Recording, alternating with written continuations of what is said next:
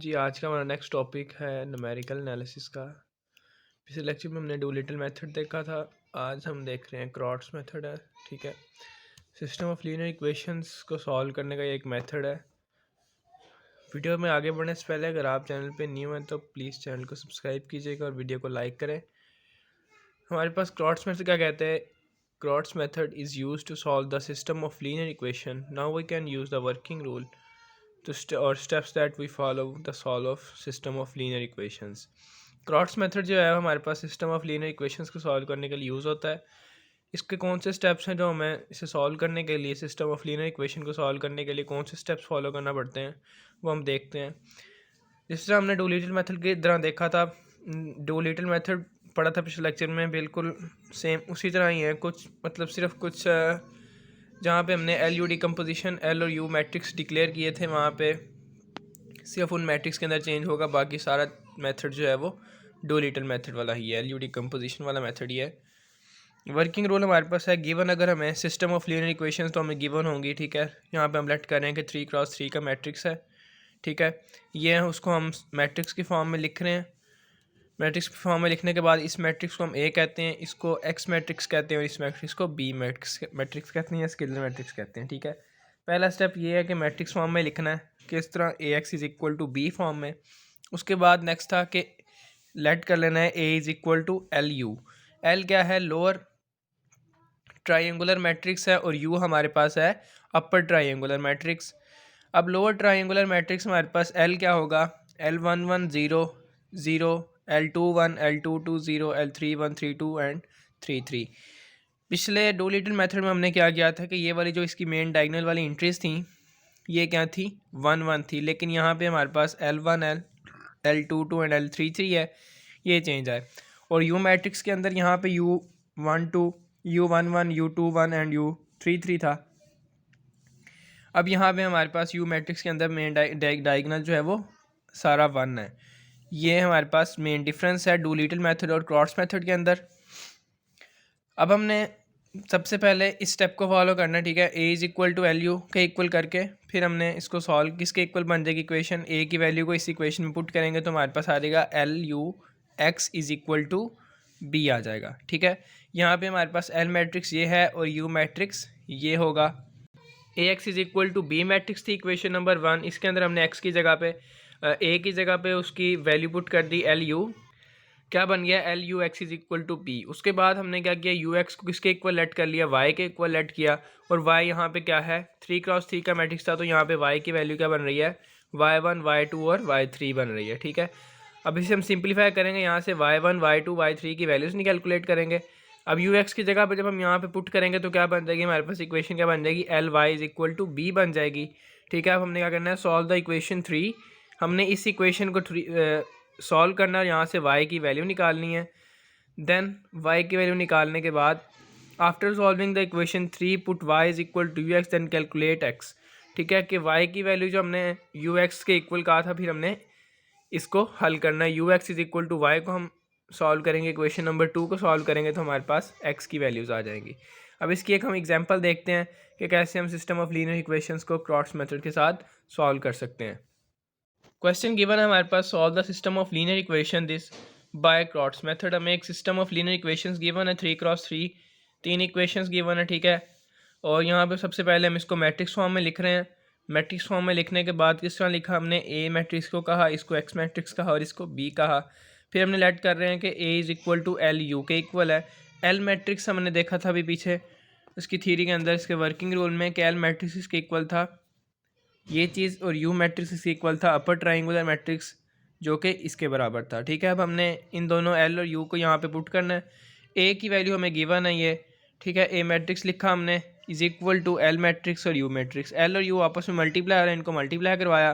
कैसे कि पहली रो को पहले कॉलम के साथ, फिर पहली रो को दूसरे कॉलम के साथ, फिर पहली रो को तीसरे कॉलम के साथ मल्टीप्लाई करवाया। इसी तरह सेकंड रो को फर्स्ट सेकंड थर्ड कॉलम के साथ, फिर थर्ड रो को फर्स्ट सेकंड कॉलम के साथ मल्टीप्लाई करवाया। तो हमारे पास मल्टीप्लाई करवाने के बाद ये मैट्रिक्स आ गए। अब दो मैट्रिक्स हमें गिवन है, दरमियान में इक्वल का साइन है, तो इसका मतलब यह है कि दो मैट्रिक्स आपस में इक्वल हैं। अब हमने इनकी वैल्यूज़ को कंप्यूट करना है कि पहले मैट्रिक्स की इस मैट्रिक्स की पहली एंट्री पहली रो की और इस मैट्रिक्स की रो की पहली एंट्री इक्वल होंगी एक दूसरे के। यहाँ भी पहली रो की दूसरी एंट्री और यहाँ भी पहली रो की दूसरी एंट्री, इस तरह हम कंपेयर करने के बाद इनकी वैल्यूज़ निकाल लेंगे L11, L22, U12 जितने भी हमारे पास अननाउंस गिवन है। पहले हम कंप्यूट कर रहे हैं कॉलम 1 के एलिमेंट्स को, ठीक है। कॉलम 1 की पहली एंट्री जो है वो L11 is equal to L2 है। हमने पिछले जो था हमारे पास डूलिटल मेथड, वहाँ पे हमने रो वाइज को कंपेयर किया था। अब हमने रो वाइज या कॉलम वाइज कैसे कंपेयर करना है, हमने इस तरह कंपेयर करनी है। रो वाइज या कॉलम वाइज हमने देखना है कि किस तरह हम ईजीली जो है जैसे जैसे हम एलिमेंट्स को कंपेयर करते जाएंगे तो उनकी वैल्यूज़ निकलती हैं या नहीं निकलती। ये ना हो कि हम पहले कॉलम 2 को लेके बैठ जाएं और वहाँ से हमें कोई, यहाँ पे 2 अननोन है इज इक्वल टू -6 है, ठीक है। तो अगर हम यहाँ पे एक कॉलम 2 को ही पहले फर्स्ट में लेकर उसे सॉल्व करना शुरू कर देंगे तो हमारे पास ये सॉल्व नहीं होंगी, ठीक है। इसलिए हमने इस तरह से देखना है कि अगर हम पहले कुछ अननोन्स की वैल्यूज़ निकाल लें, उसके बाद फिर हम आगे आहिस्ता आहिस्ता चलते चलें। अब कॉलम 1 को कंपेयर किया तो मेरे पास L11 की वैल्यू 2 आ गई, L21 की वैल्यू 5 और L31 की 3 आ गई। उसके बाद कॉलम 2 के एलिमेंट्स को कंपेयर कर रहे हैं। पहला एलिमेंट्स ये था L11 U12 is equal to -6। L11 की वैल्यू हमने निकाल ली है कितनी, 2 को यहाँ पुट करेंगे U12 की निकल आएगी। इसी तरह L21 plus U12 plus L22 is equal to 4। L21 की वैल्यू हमने निकाली है 5 है और U12 की वैल्यू अभी हमने निकाली कितनी, -3।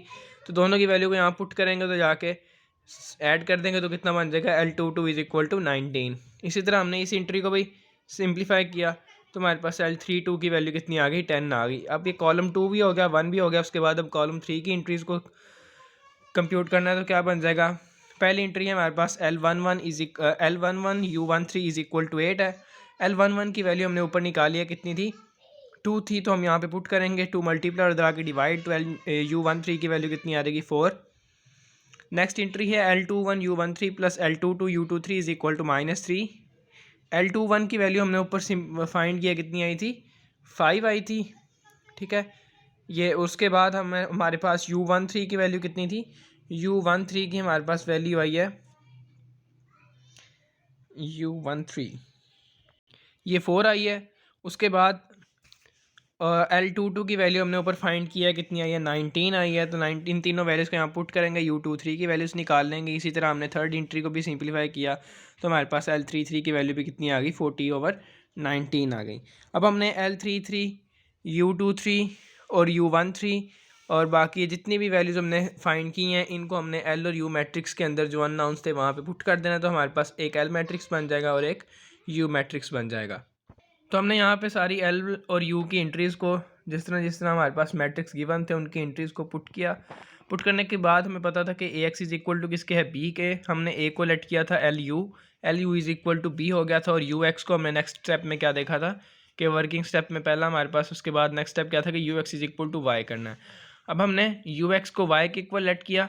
इसे इक्वेशन नंबर हम 1 का नाम दे देते हैं फ़िलहाल के लिए, और इसे हम इक्वेशन नंबर 2 का नाम दे देते हैं कि जब हम UX की जगह पे y पुट करेंगे तो हमारे पास ये इक्वेशन का बन जाएगी Ly is equal to B बन जाएगी। अब हमने इक्वेशन 2 को सॉल्व करना है। इक्वेशन 2 के अंदर हमने L मैट्रिक्स जो हमने अभी बनाया उसको लिखा। उसके बाद y मैट्रिक्स हमें पता है 3x3 का मैट्रिक्स हमें गिवन थे तो y1 y2 y3 ले लिए। और b मैट्रिक्स हमें जो क्वेश्चन के स्टार्ट में गिवन था 24 2 16, ये हमने लिखा। और यहाँ से हमने इक्वेशंस बनाई। इक्वेशंस बनाने के बाद कि इस मैट्रिक्स को मल्टीप्लाई करवाया। मल्टीप्लाई करवाने के बाद इनकी एंट्रीज़ को कंपेयर किया तो हमारे पास ये 3 इक्वेशंस बनी। इन इक्वेशन से हमने y1 y2 और y3 की वैल्यूज़ निकालनी। y1 y2 y3 की वैल्यूज़ निकालने के बाद हमने उसके बाद हमें नेक्स्ट स्टेप क्या करना था, इक्वेशन नंबर 1 को सॉल्व करना है। 2 सॉल्व हो गई, यहाँ से y1 y2 की y3 की वैल्यूज़ निकल आई हैं। तो अब हमने इक्वेशन नंबर 1 को UX is equal to y का सॉल्व करना है। U मैट्रिक्स हमें गिवन है, ये ऊपर जो हमने अभी बनाया था थोड़ी देर पहले।